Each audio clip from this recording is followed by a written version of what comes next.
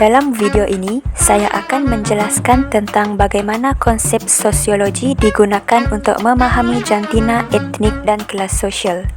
Saya akan memfokuskan kepada 3 bahagian, iaitu bahagian yang pertama, pembelajaran daripada tugasan, bahagian yang kedua, aplikasi konsep, dan bahagian yang ketiga iaitu perkembangan pribadi.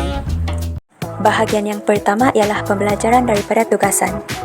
Untuk aktiviti perkumpulan, kami telah membuat video tentang diskriminasi terhadap lelaki feminin dan hak yang patut mereka tuntut supaya tidak diejek oleh masyarakat.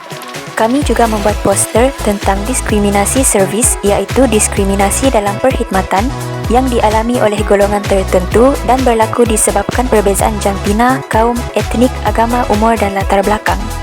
Melalui tugasan video tersebut, saya belajar bahawa stereotip gender bukan sahaja mengekang ekspresi individu, tetapi juga mencerminkan konstruksi sosial yang memperkukuh diskriminasi terhadap lelaki feminin.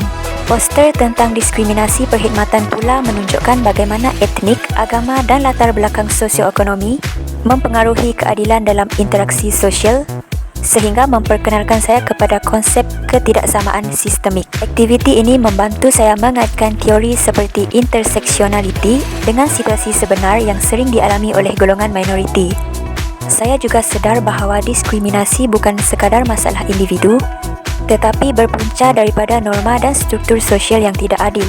Secara keseluruhannya, aktiviti ini mengukuhkan pemahaman saya tentang bagaimana konsep sosiologi boleh digunakan untuk menganalisis dan menangani ketidaksamaan dalam masyarakat.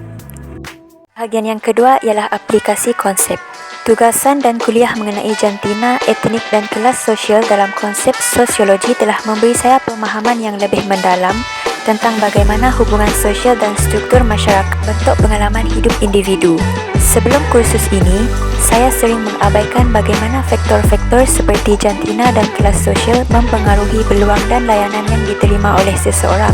Sebagai contoh, melalui tugasan, saya menyedari bagaimana norma jantina menindas lelaki feminin serta bagaimana diskriminasi etnik dan kelas sosial tercermin dalam layanan yang tidak adil, seperti dalam perkhidmatan awam. Program ini memperkenalkan konsep seperti stereotip, interseksionaliti dan mobiliti sosial yang membantu saya memahami isu-isu ini secara teori dan mengaitkannya dengan situasi dunia sebenar. Kini, saya lebih sedar akan ketidakadilan yang berlaku di sekeliling saya dan lebih peka terhadap perlakuan yang meminggirkan golongan tertentu. Pengalaman ini telah mengubah perspektif saya untuk lebih menghargai keperluan menyokong masyarakat yang inklusif dan adil. Bahagian yang ketiga iaitu perkembangan pribadi.